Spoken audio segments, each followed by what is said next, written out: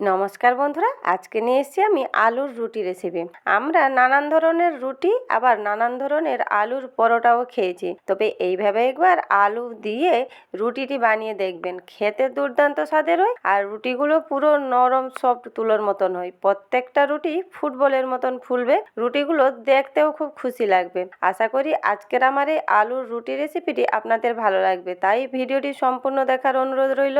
তবে চলুন দেখে নিই আজকের আমার এই আলুর রুটি রেসিপিটি। এখানে আমি প্রথমে দুটা আলুকে সেদ্ধ করে নিয়েছি, আপনারা পরিমাণ বুঝে আলুটা সেদ্ধ করে নেবেন।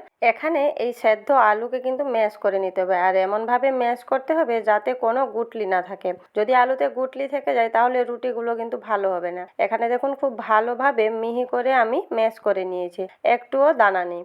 এরপর কি করব, এই ম্যাশ করা আলুকে সাইডে রেখে দিব, আর একটা বাটিতে আমি হাফ বাটি উষম গরম দুধ নিয়েছি। আঙ্গুল ডবালে সহ্য করা যাবে, এইভাবে গরম করতে হবে। এরপর 1 চামচ ইস্ট দিয়ে দিলাম। ইস্টটা যাতে অ্যাক্টিভ হয়ে যায় তার জন্য 10 মিনিট ঢাকা দিয়ে রেখে দিব। এখানে দেখুন আমার 10 মিনিট হয়ে গেছে আর ইস্টটাও অ্যাক্টিভ হয়ে গেছে। এরপর কি করব, এই দুধটাকে দিয়ে দিব যে আলুটা ম্যাশ করে রেখেছিলাম ওতে। দুধটা এখানে আলুতে আমি ঢেলে দিলাম। এরপর কি করব না, খুব ভালোভাবে কিন্তু মিশিয়ে নিতে হবে। এখানে দেখুন দুধের সাথে আলুটাকে আমি খুব ভালোভাবে মিশিয়ে নিচ্ছি, আর মিশিয়ে নেওয়ার পর দেখুন ঠিক এইভাবে একটা ক্রিমের মতন হয়ে যাবে। এখানে আলুর সাথে দুধটাকে মিশিয়ে নেওয়া হয়ে গেছে।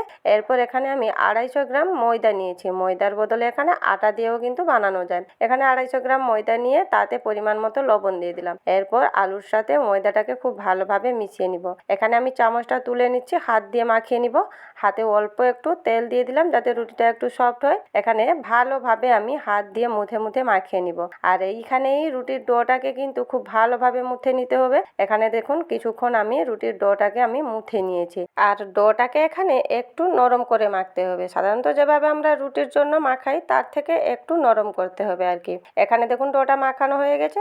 এরপর কি করব না, আধ ঘন্টার জন্য রেস্টে রেখে দিব। যেহেতু ইস্ট দেওয়া হয়েছে তো আধ ঘন্টা রেস্টে রাখতেই হবে। এখানে আমার আধ ঘন্টা হয়ে গেছে আর ডোটা দেখুন কতটা ফুলে গেছে। ওপরে একটু শুকনো ময়দা ছিটিয়ে নিলাম, আর ডোটার ভেতরে দেখুন কতটা জালিদার হয়েছে। এই বাতাসগুলো কিন্তু ডোটার মধ্য থেকে বের করে নিতে হবে। তবে এখানে ডোটাকে বেশি কিন্তু মুথা যাবে না, হালকা হাতে মুথে নিতে হবে। তাই ডোটাকে রেস্টে রাখার আগে কিন্তু খুব ভালোভাবে মুথে নেবেন। এখানে আমি ডোটাকে হালকা হাতে একটু মুথে নিয়েছি, আর ডোটা রুটির জন্য রেডি হয়ে গেছে। এরপর কি করব না, ডোটা থেকে লেচিগুলো কেটে নিব। তাই এখানে বোর্ডের উপর আমি আবারও একটু শুকনো ময়দা ছিটিয়ে ডোটাকে নিয়ে নিলাম, আর ডোটাকে একটু রোল করে নিব। ডোটাকে এখানে এইভাবে একটু রোল করে নিয়েছি। এরপর কি করব না, ছুরি দিয়ে সমানভাবে লেচিগুলোকে কেটে নিব। এখানে এইভাবে কেটে নিলে লেচিগুলো এক সমানের হবে। এখানে আমি লেচিগুলো কেটে নিয়েছি। এরপর একটা করে লেচি নিব, আর এইভাবে একটু ফোল্ড করে করে কিন্তু গোলটা করতে হবে। আমি দেখুন ঠিক এইভাবে একটু ফোল্ড করে গোল করে নিলাম, তাহলে রুটির লেয়ারগুলো ভালো হবে। এখানে দেখুন আমি একটা লেচি করে নিয়েছি।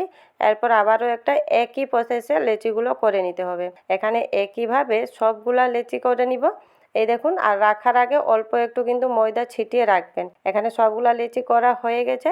এরপর একটা করে লেচি নিব, আর বাকি লেচিগুলোকে কিন্তু এইভাবে ঢাকা দিয়ে রাখতে হবে। এরপর বোর্ডের উপর শুকনো ময়দা ছিটিয়ে লেচিটাকে দিয়ে রুটির মতো বেলে নিব। রুটির মতোই বেলবো, তবে বেশি পাতলা করব না, হালকা একটু কিন্তু মোটা রাখতে হবে। এখানে দেখুন একটা রুটি আমি বেলে নিয়েছি, আর ঠিক এইভাবে একটু মোটা রেখেছি। এখানে কিন্তু রুটিগুলো একসাথে সবগুলো বেলা যাবে না, দুটা তিনটা করে বেলে কিন্তু এখানে ভেজে নিতে হবে, আগে রাখা যাবে না। একইভাবে এখানে আবারও একটা বেলে নিব, আর দেখুন একটা করে লেচি নিব, আর বাকিগুলোকে ঢেকে রেখে দিতে হবে। একইভাবে এখানে দ্বিতীয় রুটিটাও আমি বেলে নিয়েছি। এখানে দুটা রুটি বেলে নেওয়ার পর কিন্তু ভেজে নিতে হবে, রাখা যাবে না। আর ভাজার জন্য এদিকে আমি ফ্রাই প্যান গরম করে নিয়েছি, রুটিটা দিয়ে দিলাম। কিছুক্ষণ পর মিনিমাম 1 মিনিট পর উল্টে নিব, আর উল্টে পাল্টে যখন হালকা করে ও 2 পিঠ ভাজা হয়ে যাবে তখন দেখবেন রুটিগুলো আপনা আপনি থেকেই ফুলবে, কিছু করতে হবে না। প্রত্যেকটা রুটি কিন্তু বন্ধুরা ফুটবলের মতন ফুলবে, আর দেখতেও খুব সুন্দর লাগবে। এখানে আমি রুটিগুলোকে একটু চেপে চেপে ভেজে নিচ্ছি যাতে সাইডগুলো কাঁচা না থাকে। এখানে দেখুন খুব সুন্দর করে কিন্তু আমার একটা রুটি ভাজা হয়ে গেছে।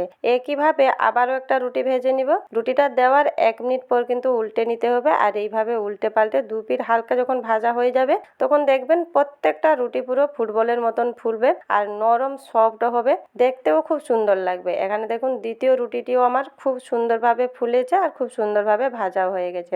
এখানে রুটিগুলোকে ভাজতে ভাজতে আমি আবারও দুটা রুটি কিন্তু বেলে নিয়েছি, আর একই প্রসেসে কিন্তু রুটিগুলো ভেজে নিব। দেখুন বন্ধুরা প্রত্যেকটা রুটি কিন্তু ফুলবে, একটাও বাদ যাবে না। একই প্রসেসে আমি সবগুলা রুটি এখানে ভেজে নিয়েছি। আর দেখুন কতটা নরম হয়েছে আর কি সুন্দরভাবে ফুলেছে দেখুন। রুটির দুটো লেয়ার পুরো আলাদা হয়ে গেছে।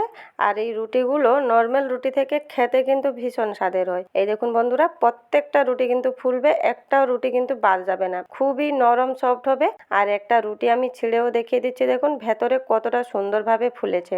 আশা করি বন্ধুরা আজকের আমার এই আলুর রুটি রেসিপিটি আপনাদের ভালো লেগেছে। যদি ভালো লেগে থাকে তাহলে চ্যানেলটিকে সাবস্ক্রাইব করে পাশে থাকবেন আর ফেসবুক পেজটিকে ফলো করে দিবেন। নমস্কার বন্ধুরা, ভালো থাকবেন, সুস্থ থাকবেন।